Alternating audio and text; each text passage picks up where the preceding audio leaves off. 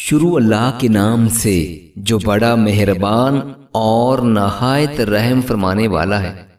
سیدنا ابو ہریرہ رضی اللہ تعالیٰ عنہ بیان کرتے ہیں کہ رسول اللہ صلی اللہ علیہ وآلہ وسلم نے فرمایا، دو آدمی آگ میں اس طرح جمع نہیں ہو سکتے کہ ان میں سے کسی ایک کو نقصان ہو۔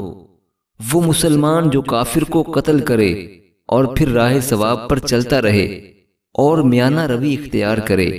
دو چیزیں بندے کے پیٹ میں جمع نہیں ہو سکتی، اللہ تعالیٰ کے راستے کا غبار اور جہنم کا دھواں۔ کسی آدمی کے دل میں دو چیزیں جمع نہیں ہو سکتی، ایمان اور لالچ۔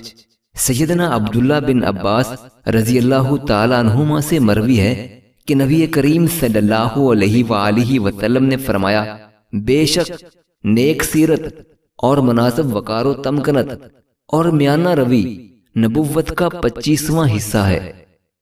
سیدنا ابو ہریرہ رضی اللہ تعالیٰ عنہ بیان کرتے ہیں کہ رسول اللہ صلی اللہ علیہ وآلہ وسلم نے فرمایا، صدقہ سے مال میں کمی نہیں آتی، لوگوں کو معاف کرنے کی وجہ سے اللہ تعالیٰ بندے کی عزت میں اضافہ ہی کرتا ہے، اور جو شخص اللہ تعالیٰ کے لیے تواضع اختیار کرتا ہے اللہ تعالیٰ اس کو بلند کر دیتا ہے۔